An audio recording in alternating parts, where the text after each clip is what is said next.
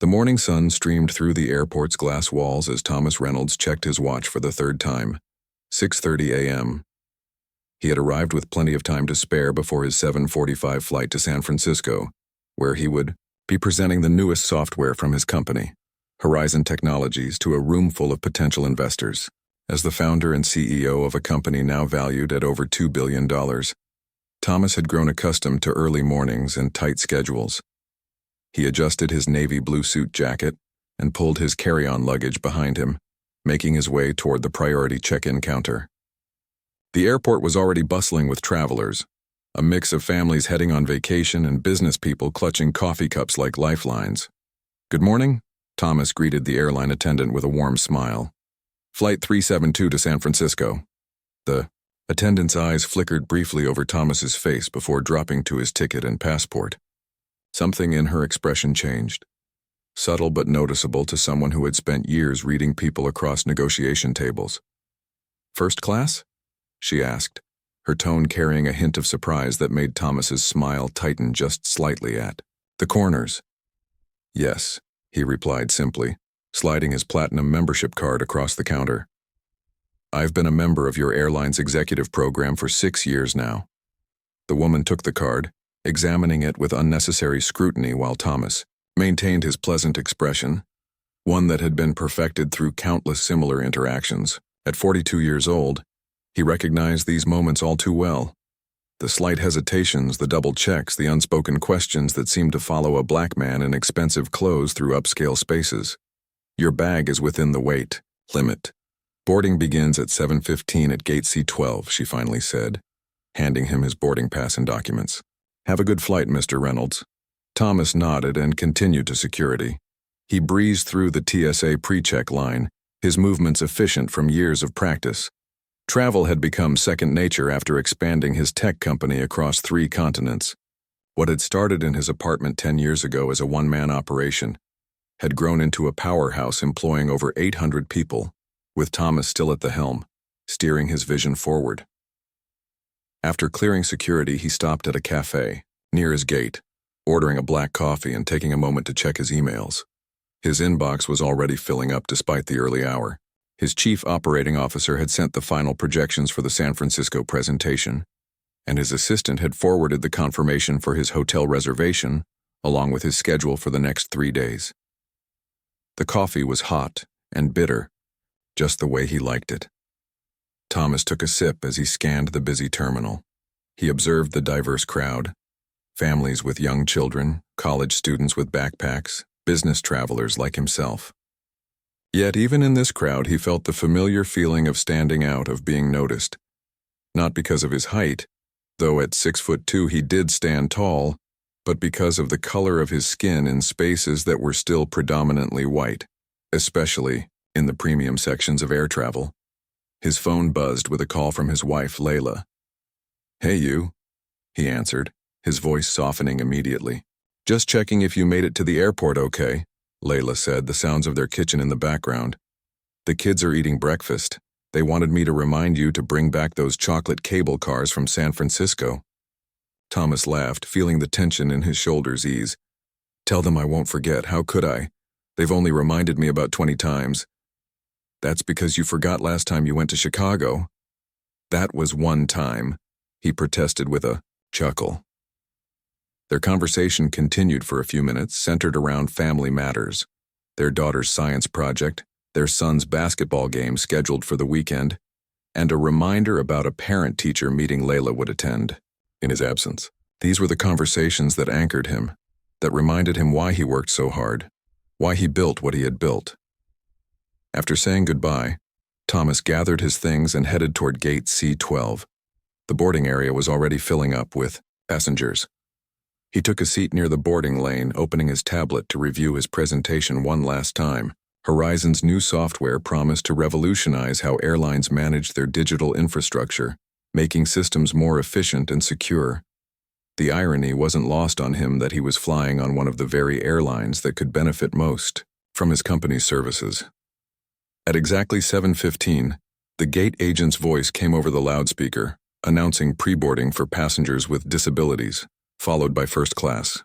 Thomas closed his tablet, tucked it into his briefcase, and approached the priority lane. When he reached the front of the line, he handed his boarding pass to the gate agent, a different person from the check-in counter but with a similarly practiced customer service smile. The agent ran his boarding pass under the scanner. A small frown appeared on her face as she tried again. The scanner beeped red a second time. "Is something wrong?"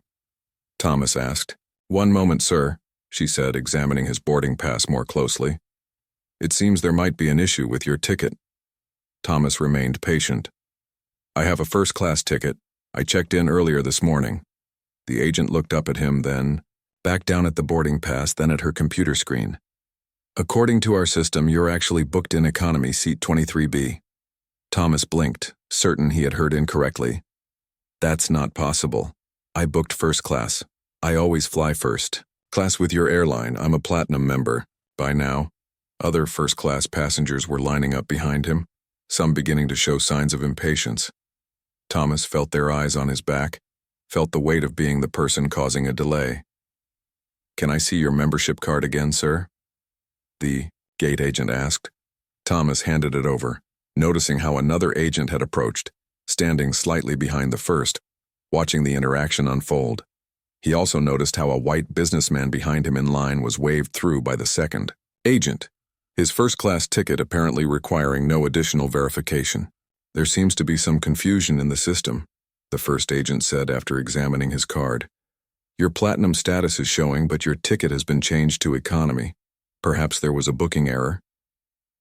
"I booked this flight myself," Thomas said, his voice remaining level despite his growing frustration. "I selected first class as I always do. I received confirmation for first class. My receipt shows I paid for first class." He pulled out his phone, opening his email to show the confirmation, which clearly displayed first class next to his name. The gate agent looked uncomfortable now. "I see that, sir, but our system is showing something different. Let me call my supervisor." While they waited for the supervisor, more first-class passengers were directed to board by the second agent. Thomas stood to the side, aware of the curious and impatient glances thrown his way. He maintained his composure, having learned long ago that showing anger, justified as it might be, would only reinforce stereotypes and potentially make the situation worse. The supervisor arrived, a middle-aged man with a receding hairline and an official-looking airline badge. "What seems to be the problem?" he asked, directing the question to the gate agent rather than Thomas. After a brief explanation, the supervisor turned to Thomas. "Sir, it appears there was a downgrade in your ticket class. Sometimes this happens due to overbooking or aircraft changes." "I wasn't notified of any change," Thomas replied calmly. "And I find it strange that as a platinum member I would be the one downgraded without notice." The supervisor tapped at the computer for a moment. "Well, the first-class cabin is fully booked now. I can offer you priority boarding for economy and of course we'll refund the difference in fare." Thomas looked past the supervisor toward the jet bridge, where he could see other passengers settling into the spacious first-class cabin. The cabin he had paid for, the cabin he was now being denied access to. "Is there anyone else who was downgraded from first class to economy on this flight?" he asked. The supervisor hesitated just for a moment. "I'm not at liberty to discuss other passengers' bookings, sir." Thomas took a deep breath. In his position, he had learned to pick his battles carefully. He could feel his phone in his pocket. One call, and he could potentially cause a much bigger problem for this airline than they realized. Horizon Technologies provided critical software for numerous airlines, including this one, but that wasn't his style. "I understand," Thomas said finally. "I'll take the economy seat for now." The gate agent looked relieved, quickly printing a new boarding pass. "Here, you go, Mr. Reynolds, seat 23B. We apologize for the inconvenience." Thomas took the new boarding pass and walked through the gate, the wheels of his carry-on suitcase clicking against the floor of the jet bridge. As he boarded the plane and was directed to turn right instead of left toward economy, he made a decision. Once seated in the cramped economy section, surrounded by passengers already giving him sympathetic looks as he attempted to fit his tall frame into the tight space, Thomas pulled out his phone. He wasn't going to let this incident slide, not this time. Too many similar mistakes and system errors had happened over the years. He wasn't going to make a scene. He was going to do something much more effective. Thomas unlocked his phone and scrolled to a contact, labeled Plan B. It was time to make that call. Thomas sat in the cramped economy seat, his knees pressed uncomfortably against the seat in front of him. The businessman who had been sitting beside him had already asked to be moved, muttering something about needing more space, leaving Thomas with an empty middle seat. The only small mercy in this situation. He looked at his phone, finger hovering over the contact. This wasn't the first time he'd faced such treatment, but something about today's incident struck a deeper nerve. Perhaps it was the culmination of too many similar experiences. Or perhaps it was because he was heading to a presentation where he would be telling airline executives how his company could revolutionize their industry. As the remaining passengers filed past him down the narrow aisle, Thomas's mind drifted back to where his journey had begun, long before he became the CEO of a multi-billion-dollar tech company. He had grown up in a modest neighborhood in Detroit, the son of a postal worker and a high school teacher who emphasized education above all else. "Your brain is your ticket," his father used to tell him. "Nobody can take what's in here," he would say, tapping Thomas's forehead with a gentle finger. Thomas had taken those words to heart, studying late into the night throughout high school, earning a scholarship to MIT where he studied computer science. Even then he stood out, one of only a handful of black students in his program. He remembered the subtle ways he was made to feel different, professors who seemed surprised by his thoughtful questions, study groups that forgot to include him, potential employers who suggested he might be more comfortable in diversity-focused roles rather than technical positions, but Thomas had persisted. After graduation, he spent 5 years at a leading tech firm, climbing the ranks despite being frequently mistaken for IT support or security rather than a senior developer. He saved every penny he could, living frugally while his white colleagues bought new cars and took exotic vacations. When he finally had enough saved to launch Horizon Technologies from his small apartment, he faced another hurdle: funding. He remembered sitting across from venture capitalists who would listen to his pitch with polite smiles before explaining that his business plan wasn't quite what they were looking for. The same ideas when presented by his white former colleague. David, as a consultant, suddenly became innovative and promising. Eventually, Thomas secured funding through an angel investor who had faced similar barriers, an older black entrepreneur who had built a successful construction company and was looking to diversify his investments. "I recognize hunger when I see it," the man had told him, "and you're starving for a chance to prove yourself." From there, Horizon Technologies grew steadily. Thomas hired carefully, building a diverse team of brilliant minds who were often overlooked by larger tech companies. Their first major client was a small regional airline looking to update their booking software. Thomas and his team delivered a system so efficient and user-friendly that word quickly spread throughout the industry. Within 5 years, Horizon was providing software solutions to 3 of the country's major airlines. Within 8 years, they had gone international, opening offices in London, Singapore, and Dubai. The company that many investors had deemed not quite right for their portfolio was now valued at over $2 billion. And yet, despite all this success, despite the tailored suits and platinum membership cards, despite the speaking engagements and magazine features, Thomas still found himself bumped from first class without explanation, still found himself having to prove he belonged in spaces his white counterparts entered without question. The flight attendant's voice over the intercom pulled Thomas from his thoughts, announcing they were about to close the aircraft doors. He looked at his phone again and made his decision.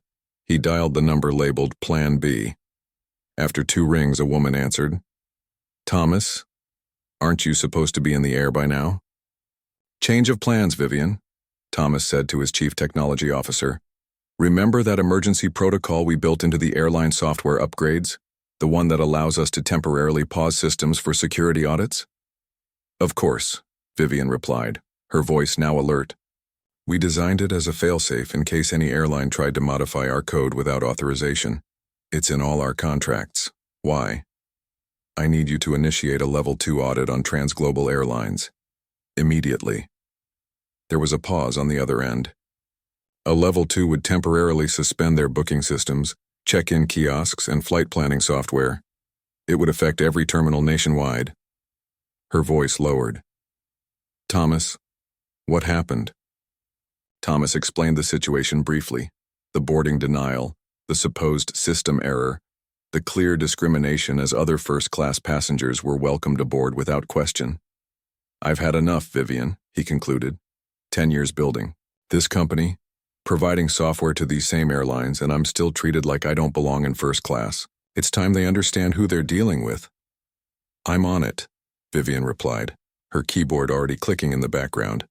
The audit will begin in approximately 3 minutes. It'll look like routine maintenance to most of their IT department, but their systems will go into a protective slowdown. Only their chief technology officer will receive the real notification about what's happening. Thank you, Thomas said. And Vivian? Make sure the notification mentions my name specifically.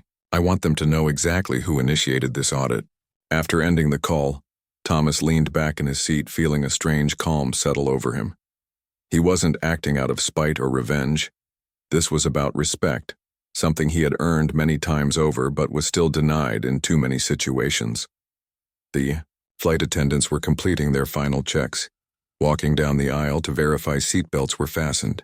Thomas closed his eyes, mentally counting down from 3 minutes. Just as he reached 0 in his head, a commotion started at the front of the plane. The captain's voice came over the intercom, sounding slightly confused. Ladies and gentlemen, we apologize for the delay, but we're experiencing some technical difficulties with our flight planning system. We're working to resolve this as quickly as possible. Please remain seated with your seatbelts fastened.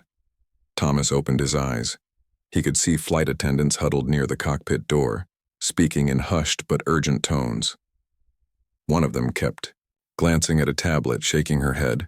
His phone buzzed with a text from Vivian. Audit initiated. Their CTO has been notified. Entire system going into safety mode nationwide. Thomas pocketed his phone, watching as the lead flight attendant made her way down the aisle, stopping at each first-class seat to speak quietly with the passengers. She continued into economy, her practiced smile growing more strained with each row. When she reached Thomas's row, she paused, checking her tablet again. Mr. Reynolds? She asked, suddenly looking very concerned. Yes? Thomas replied calmly. Would you please come with me? There seems to be an urgent matter that requires your attention. Thomas gathered his briefcase and followed her to the front of the aircraft, aware of the curious stares from other passengers. As they approached the jet bridge, he could see a small group of airline personnel waiting, including the gate supervisor who had denied him first-class boarding, and a man in a more senior uniform who looked extremely anxious. Mr. Reynolds, the senior official began as soon as Thomas stepped off the plane. I'm Walter Griffith, Regional Director for Transglobal Airlines. We've just received an automated security notification that Horizon Technologies has initiated a Level 2 system audit across our entire network. Thomas nodded. That's correct. Sir, this audit has already affected operations at 12 major airports. We have flights that can't take off, passengers who can't check in, and a booking system that's operating at 10% capacity. The man's voice was strained but respectful. The notification specifically mentions your name as the authorizing executive. Also correct, Thomas said simply. The gate supervisor who had denied him boarding earlier was staring at him with dawning recognition. You're that Thomas Reynolds, the CEO of Horizon Technologies? The very same, Thomas replied. Your airline has been using my company's software for nearly 3 years now. The same company whose CEO you just bumped from first class despite his platinum status and confirmed booking. The regional director's face paled. There's been a terrible misunderstanding, Mr. Reynolds. If you'll allow me to correct this situation immediately, I'd appreciate that, Thomas said, his voice level. And perhaps while you're correcting it, you might want to consider why such misunderstandings seem to happen disproportionately to certain passengers. The silence that followed was heavy with understanding. Thomas didn't need to elaborate. Everyone present knew exactly what he meant. Your first-class seat is still available, Mr. Reynolds, the director said quickly. We'll escort you back immediately, and I personally assure you that this incident will be thoroughly investigated." As Thomas followed them back onto the plane, he noticed the sudden change in how the flight crew addressed him. The deferent "sir," the apologetic smiles, the offers of pre-flight champagne. The same person who had been deemed unsuitable for first class minutes ago was now being treated like royalty. Thomas settled into his rightful first-class seat, accepting a glass of water instead of champagne. He pulled out his phone to text Vivian that she could ease the audit restrictions. Enough had been accomplished. As the plane finally prepared for takeoff, Thomas reflected that this wasn't about special treatment. It was about receiving the same treatment that was automatically granted to others. It was about not having to prove, time and again, that he belonged in spaces he had more than earned the right to occupy. His phone buzzed with an incoming call. The airline's CEO wanted to speak with him personally. Thomas smiled slightly as the plane began to taxi. Now they wanted to talk. Now they were listening. It was time for a much bigger conversation. Thomas held his phone to his ear as the plane remained stationary on the tarmac. The captain had announced a brief technical delay that was affecting all transglobal flights, nationwide. Only Thomas and a handful of airline executives knew the real cause. "Mr. Reynolds," came the voice of Gerald Wilson, CEO of Transglobal Airlines. "I can't begin to express my personal apologies for the inexcusable treatment you received today." Thomas noted the careful choice of words: personal apologies, inexcusable treatment. Wilson was already in damage control mode, likely with lawyers listening in. "I appreciate the call, Mr. Wilson," Thomas replied evenly. "Though I have to wonder if you'd be reaching out if I were just another passenger without the ability to temporarily pause your company's operations." There was a brief silence on the other end. "That's a fair point," Wilson finally admitted, his tone more genuine. "And it's exactly the kind of conversation I believe we need to have. What happened to you today represents a systemic issue, not an isolated incident." Thomas raised an eyebrow, surprised by the candor. He had expected corporate platitudes, not acknowledgement. "I'm listening," he said. "I'd like to meet with you in San Francisco," Wilson continued. "Not just to apologize properly, but to discuss how Transglobal can do better. Your company provides our technical infrastructure, Mr. Reynolds. Perhaps you could help us rebuild our human infrastructure as well." Outside the plane window, Thomas could see ground crew members huddled around tablets, likely dealing with the cascade of delays his audit had triggered. He felt a moment of guilt for the thousands of travelers being inconvenienced, but reminded himself that systemic change rarely came without disruption. "I'll have my assistant arrange it," Thomas agreed. "For now, I suggest you allow your systems to resume normal operations. My CTO will end the audit protocol within 5 minutes." "Thank you," Wilson said, relief evident in his voice. "And Mr. Reynolds, for what it's worth, I'm genuinely sorry this happened at my airline." After ending the call, Thomas texted Vivian to gradually restore the airline's systems. Within moments, the plane's engines grew louder, and the captain announced they were cleared for takeoff. As the aircraft accelerated down the runway, Thomas gazed out the window at the city below, growing smaller as they climbed. From this height, the patterns of highways and buildings became visible, the structured systems that kept everything functioning. Much like the invisible digital systems his company built, these structures worked so well that people only noticed them when they failed.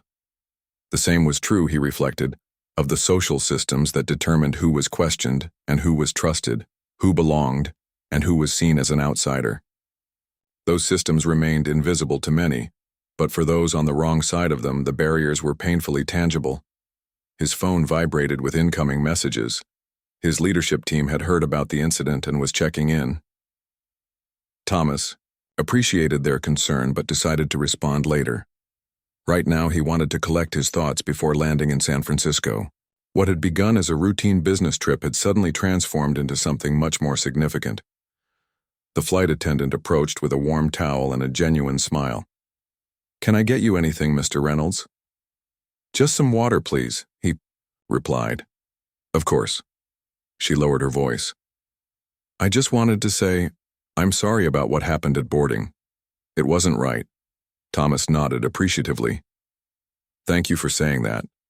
After she left, he pulled out his tablet to review his presentation for tomorrow. The slides detailed Horizon Technologies' newest software suite, an artificial intelligence system designed to streamline airline operations while identifying patterns that human managers might miss. Thomas smiled at the irony. Perhaps their algorithm could be programmed to detect discriminatory treatment as well. His mind drifted to his children as the plane cruised at altitude. His daughter Zoe was 11, already showing signs of her father's technical aptitude, taking apart household electronics to understand how they worked. His son Tyler was 8, more interested in art and storytelling than circuits and code. Thomas wondered what barriers they would face as they grew older. What doors would be harder for them to open simply because of who they were. That thought strengthened his resolve. The incident today wasn't just about a first-class seat or one airline's failure. It was about creating a world where his children wouldn't have to work twice as hard to be treated with half the respect, where they wouldn't need to have their finger on the metaphorical power button of a company to be taken seriously. 3 hours later, as the plane began its descent into San Francisco, Thomas received a news alert on his phone. The temporary shutdown of Transglobal Systems had made headlines. Major airline faces nationwide system outage. Thousands of passengers affected. There was no mention of the cause, but Thomas knew it was only a matter of time before the full story emerged. He wasn't sure how he felt about that. This wasn't about public humiliation or revenge. It was about accountability and change. The plane touched down smoothly. As it taxied to the gate, Thomas noticed something unusual through his window. A small welcoming committee waiting on the tarmac. This wasn't standard protocol, even for first-class passengers. When the aircraft doors opened, the lead flight attendant approached Thomas. "Mr. Reynolds, you have a special escort waiting for you." Thomas gathered his belongings and followed her to the front of the plane. Standing at the jet bridge was a woman in a Transglobal executive uniform. "Mr. Reynolds, I'm Patricia Chen, Vice President of Customer Experience for Transglobal's West Coast operations. Welcome to San Francisco. If you'll follow me, we have a private lounge where you can refresh before your car arrives." Thomas recognized the special treatment for what it was. One part genuine apology, one part corporate damage control. Still, after his long fight to be treated with basic dignity, he allowed himself to accept the courtesy. As they walked through a private corridor bypassing the main terminal, Patricia spoke candidly. "I received a full briefing on what occurred in Detroit," she said.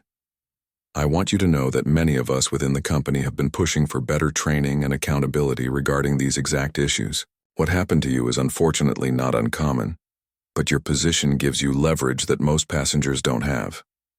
Thomas appreciated her honesty. And that's precisely the problem, isn't it? A passenger shouldn't need to be a CEO with control over your computer systems to be treated fairly. "You're absolutely right," Patricia agreed. "The question is what we do about it now. I understand you'll be meeting with Gerald Wilson tomorrow." "That's the plan," Thomas confirmed as they entered a sleek private lounge area. A selection of refreshments had been arranged and his luggage was already waiting. "Your driver will be ready whenever you are," Patricia said. "And Mr. Reynolds? For what it's worth, many of us are hoping your conversation with Mr. Wilson leads to real change, not just a press release and mandatory video that employees sleep through." After Patricia left, Thomas sat alone in the quiet lounge considering the day's events. His phone buzzed again. More news alerts about the system outage, more messages from his team. The story was spreading quickly. He opened his email to find a message from Layla. Somehow she had already heard about what happened. Her message was simple. "Proud of you for standing up. The kids and I are cheering you on. Love you." Thomas smiled, feeling a weight lift. Whatever came next, whether meaningful change or corporate lip service, he had done something important today. He had refused to accept the unacceptable, refused to swallow the indignity that came with being a successful black man in spaces where people still made assumptions based on skin color rather than accomplishment. His phone rang again, this time showing Vivian's number. "Thomas," she said without preamble when he answered. "The story's getting out. A tech blog just published an article connecting the trans-global system shutdown to your boarding incident. They're calling you the CEO who brought an airline to its knees with a single phone call." Thomas sighed. "That's not exactly the narrative I was hoping for." "Maybe not," Vivian replied, "but it's getting attention. 3 other major news outlets have called for comment, and trans-global shutdown is trending on social media." As his driver arrived to take him to his hotel, Thomas realized that tomorrow's meeting with Gerald Wilson had just become much more significant. What had started as a personal stand against discrimination was evolving into a public conversation about power, race, and accountability in corporate America. This was no longer just about a first-class seat. This was about changing the system itself. Morning light filtered through the floor-to-ceiling windows of Thomas's hotel suite as he adjusted his tie. The view of San Francisco Bay was spectacular, but his mind was elsewhere, focused on the meeting scheduled for 10 o'clock at Trans-Global Airlines regional headquarters. His phone hadn't stopped buzzing since he woke. Overnight, the story had exploded. What began as tech industry gossip had transformed into national news. Headlines ranged from supportive, "Tech CEO exposes airline discrimination with innovative response," to critical, "Powerful executive shuts down airline over seating dispute, thousands affected." Thomas scrolled through the notifications, pausing on a message from his mother. "Remember what your father always said. With power comes responsibility. I'm proud of you for standing up, but now show them what real leadership looks like." Her words resonated. His father had passed away 3 years ago, but his wisdom remained a guiding force in Thomas's life. He had built Horizon Technologies, not just to create innovative software, but to demonstrate that excellence could come from anywhere, including from people who were often underestimated. A knock at the door interrupted his thoughts. His driver had arrived to take him to the meeting that was now far more significant than his originally planned investor presentation. "Good morning, Mr. Reynolds," the driver said, with a respectful nod. "The car is ready whenever you are." During the drive, Thomas called Vivian for a final update before facing Gerald Wilson and the Trans-Global executive team. "The system audit has been completely lifted," Vivian confirmed. "Their operations returned to normal around midnight, though they're still dealing with the backlog of delayed flights." "And our investor presentation?" Thomas asked. "Pushed to tomorrow. I contacted everyone on your behalf. They all understood. Several actually mentioned they were following the Trans-Global story with interest." "I imagine they are," Thomas replied, watching the city streets pass by outside his window. "Any word from our legal team?" "They've reviewed our contract with Trans-Global thoroughly," Vivian said. "The security audit clause is ironclad. We were completely within our rights, but they've prepared a statement just in case the airline tries to spin this as some kind of breach." Thomas doubted it would come to that. Trans-Global needed Horizon's software more than Horizon needed Trans-Global's business. But in his experience, it was always wise to be prepared for every scenario. "Thanks. Vivian, I should go. We're almost there." The Trans-Global regional headquarters occupied the top 10 floors of a downtown high-rise. As Thomas's car pulled up to the entrance, he noticed a small group of reporters hovering nearby. Word of the meeting had leaked. A security officer was waiting to escort him directly to a private elevator. "Mr. Wilson asked that you be brought straight up, sir," the officer explained, swiping a keycard to access the executive floor. The elevator doors opened to reveal a reception area with stunning views of the bay. A woman rose from behind a desk to greet him. "Mr. Reynolds, welcome. I'm Andrea, Mr. Wilson's executive assistant. They're ready for you in the conference room." Thomas followed her down a hallway lined with photographs of Trans-Global's fleet throughout the decades. The airline had a proud history dating back to the 1950s, a pioneer in commercial aviation that had survived industry turbulence where many competitors had failed. Andrea opened a door to reveal a large conference room where 6 people sat around a table. At the head was Gerald Wilson, CEO of Trans-Global, a man Thomas had seen in business magazines but never met in person. Mr. Reynolds, Wilson said, standing to extend his hand. Thank you for coming. Thomas shook his hand firmly. Thank you for the invitation. Wilson introduced the others present. The airline's chief operating officer, the head of customer experience, the chief diversity officer, the legal counsel, and surprisingly, the gate supervisor from Detroit who had denied Thomas boarding. A man named Robert Taylor who looked distinctly uncomfortable. I asked Robert to fly in for this meeting, Wilson explained, noting Thomas's questioning glance. I believe it's important that he be part of this conversation. They all took their seats and an awkward silence fell over the room. Wilson was the first to break it. Before we begin, I want to acknowledge the obvious. What happened yesterday was unacceptable. Period. There's no explanation that makes it right, though we've spent the night trying to understand how it happened. The airline's customer experience executive, a woman named Linda, opened a folder in front of her. We've reviewed the entire incident, Mr. Reynolds. Your first-class ticket was valid. Your platinum status was clearly indicated in our system. There was absolutely no operational reason for you to have been downgraded. Thomas appreciated the direct acknowledgement, but remained silent, waiting to hear more. Robert, the gate supervisor from Detroit, cleared his throat. Sir, I want to personally apologize. I made assumptions I shouldn't have made. When I saw the system flag your boarding pass, I didn't investigate properly. I just assumed the system was right and you were wrong. And why do you think you made that assumption? Thomas asked quietly. The question hung in the air. Everyone knew the answer, but no one seemed willing to say it aloud. Finally, the chief diversity officer, a black woman named Diane, spoke up. Because you're a black man, and there's an unconscious bias in our industry, in most industries, that questions the belonging of people of color in premium spaces.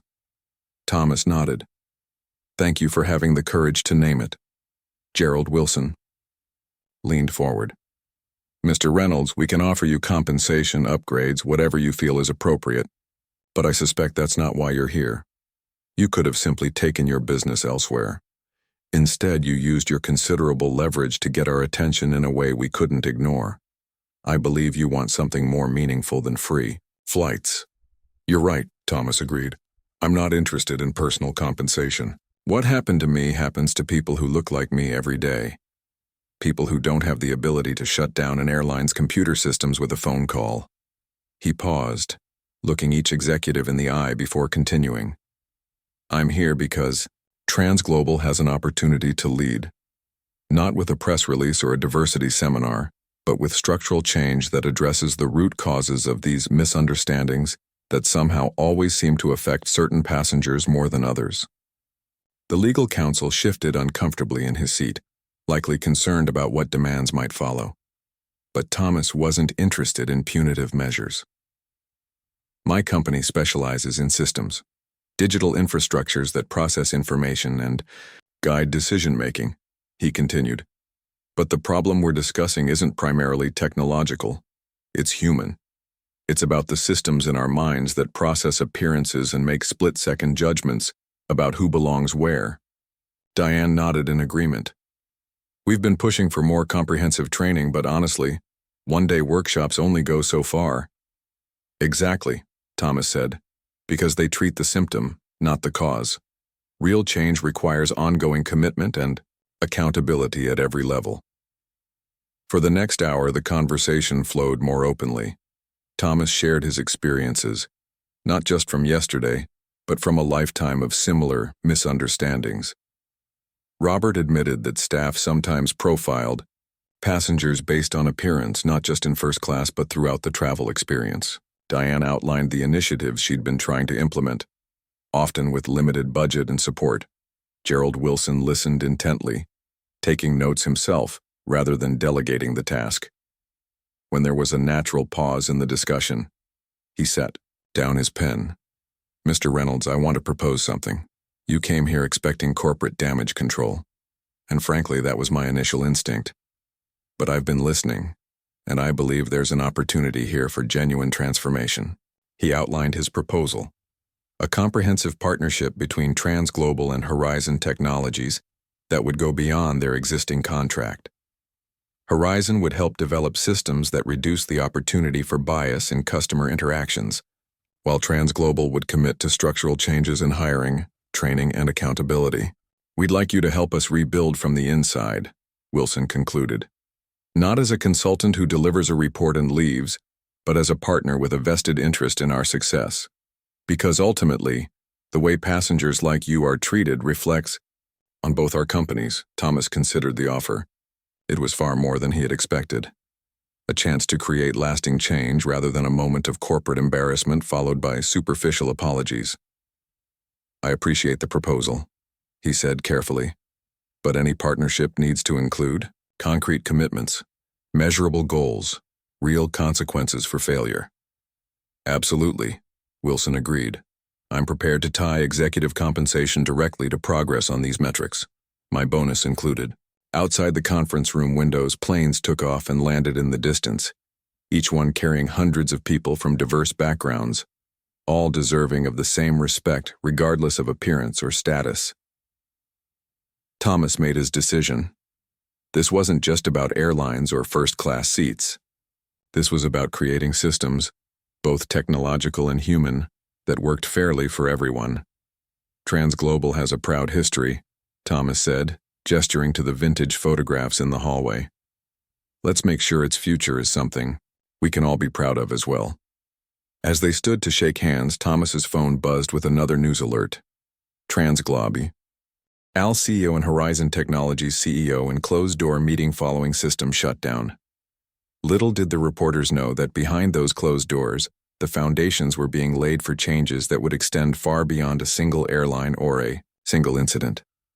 This was just the beginning. 6 months had passed since that fateful flight when Thomas Reynolds was denied his rightful seat in first class. 6 months since a single phone call had temporarily shut down an entire airline. 6 months of hard work, difficult conversations, and meaningful change. Thomas stood at the podium in TransGlobal Airlines headquarters, looking out at the assembled crowd of airline executives, industry journalists, and civil rights advocates. Behind him, a large screen displayed the logo for the new Fair Skies Initiative, a joint program between Horizon Technologies and TransGlobal that was about to be unveiled to the public. Good morning, Thomas began, his voice steady and clear. 6 months ago, I experienced something that many travelers who look like me have faced countless times. The assumption that I didn't belong in a first-class cabin despite having paid for my ticket and earned elite status. He paused, making eye contact with several people in the audience. What made my experience different wasn't the discrimination itself. What made it different was that I happened to be in a position to do something about it, not just for myself, but for everyone who has ever been judged by appearance rather than by the ticket in their hand. In the front row, Gerald Wilson nodded encouragingly. The TransGlobal CEO had surprised Thomas over these past months, showing genuine commitment to the partnership they had formed in that conference room in San Francisco. What could have been a PR exercise had instead become a mission for both companies. Today, we're not here to point fingers or assign blame, Thomas continued.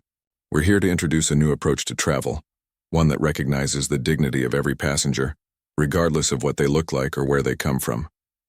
He stepped aside as the screen behind him changed to show a demonstration of the new system they had developed together. It was elegantly simple, a technology-driven solution that removed unnecessary human judgment from the boarding process while creating accountability at every level of customer interaction.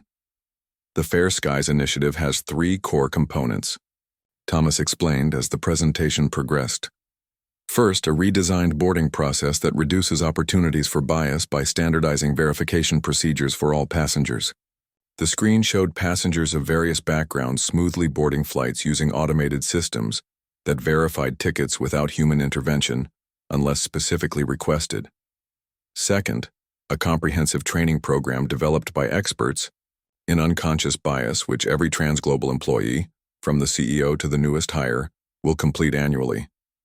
Images appeared of airline staff engaged in interactive training sessions, led by Diane, who had been promoted from diversity officer to senior vice president of inclusive customer experience, with a substantial budget and team to support her work. And third, Thomas said, his voice growing more passionate. Accountability through transparency. TransGlobal has committed to publishing quarterly data on passenger complaints related to discrimination, along with specific actions taken in response. This last element had been the most controversial internally. The airline's legal team had initially pushed back hard against publishing data that might expose them to criticism or legal action. But Gerald Wilson had overruled them, arguing that public accountability was essential for creating trust. But this isn't just about one airline, Thomas continued. That's why I'm especially proud to announce that TransGlobal is only the first. 3 other major carriers have already signed on to implement the Fair Skies standards, with more in discussion. Our goal is nothing less than industry-wide transformation. As he spoke, Thomas thought back to the whirlwind of the past 6 months. After that initial meeting in San Francisco, he had expected resistance, perhaps token gestures followed by a return to business as usual. Instead, he had found willing partners ready to acknowledge problems that had been ignored for too long. There had been challenges, of course. Some mid-level managers resisted changes to protocols they'd followed for years. Some employees complained about political correctness during training sessions, and a small but vocal group of customers objected to automated verification replacing the personal touch of gate agents, welcoming preferred customers by name. But the data was already showing promising results. Complaints about discriminatory treatment had decreased by 62% across TransGlobal's network. Employee satisfaction scores had improved as well, particularly among staff of color who reported feeling more supported by clear policies. Most surprisingly, the initiative had actually improved operational efficiency. Standardized boarding procedures, reduced confusion and delays, while the new software developed by Horizon helped identify potential problems before they affected passengers. As Thomas concluded his presentation, he invited Gerald Wilson to join him on stage. The 2 men stood side by side, the airline CEO in his crisp suit with the company pin on his lapel, and the tech executive whose simple act of resistance had catalyzed this partnership. 6 months ago, Mr. Reynolds and I met under difficult circumstances, Wilson acknowledged to the audience.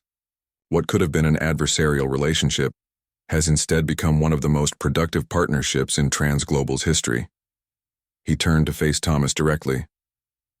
You could have used your leverage to punish us. Instead, you challenged us to be better. On behalf of our entire company, I thank you for that. The audience applauded as the 2 men shook hands.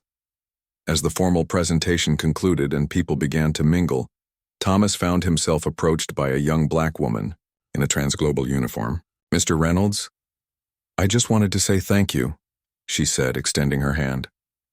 I've been a flight attendant with TransGlobal for 3 years. The changes you've helped implement, they've made a difference for us too. Not just the passengers. Thomas smiled, shaking her hand. I'm glad to hear that. This was never just about first-class seats. Exactly, she agreed. It's about being seen as equal, about not having to constantly prove we belong in certain spaces. As the event wrapped up, Thomas checked his phone to find a message from Layla. She had sent a photo of their children in front of the TV, pointing excitedly to news coverage of the Fair Skies announcement. Her message read, "So proud of you. You're changing things for them, one system at a time." That evening, as Thomas prepared to fly home, he arrived at the airport with plenty of time to spare. He noticed subtle changes in the TransGlobal terminal, new signage explaining boarding procedures clearly, more diverse staff at the counters, a feedback kiosk prominently placed near the gates. When it was time to board, he joined the priority line with his first-class ticket. The gate agent scanned his boarding pass, gave a professional smile and said, "Have a pleasant flight, Mr. Reynolds." No double checks, no suspicious glances, no assumptions. Just the same treatment offered to the white businessman ahead of him and the Asian woman behind him. It was a small moment, but it represented exactly what they had been working toward, a world where such treatment wasn't remarkable because it was extended to everyone equally. As Thomas settled into his seat, he reflected on how a moment of discrimination had led to something unexpectedly positive. His technology had always been about building better systems, efficient networks that processed information and made decisions without human bias. Now that approach was being applied to human systems as well. His phone buzzed with a message from Vivian. Just heard from another airline. They want to talk about implementing fare skies. This is spreading faster than we anticipated. Thomas smiled as he replied, "Good. One system at a time." The flight attendant approached, offering a pre-takeoff beverage. "Water, please," Thomas requested just as he had 6 months earlier. As she handed him the glass, he noticed she was wearing a small Fair Skies pin on her uniform. Not required, but chosen voluntarily. It was a subtle sign that many within the company were embracing the changes, not just complying with them. Looking out the window as the plane took off, Thomas could see the city lights below, countless points of brightness forming patterns across the darkness. He thought about systems, how they shaped people's lives in ways both visible and invisible, how changing them could create ripple effects far beyond what was initially imagined. The incident 6 months ago could have ended differently. He could have accepted the humiliation silently, as he had done many times before. He could have taken legal action and sought damages. He could have used his company's leverage to punish rather than partner. Instead, he had chosen a harder path, the path of systemic change. Not a quick fix or a momentary victory, but the slow, challenging work of transforming how an entire industry operated. As the plane climbed higher, leaving the city lights behind, Thomas thought about his father's words. "With power comes responsibility." He had found a way to use his position not just to demand respect for himself, but to help create structures that extended that respect to everyone. One phone call had shut down an airline for a day, but what followed might change the industry for generations to come. That was the power of systems, and the power of one person who refused to accept that things couldn't change.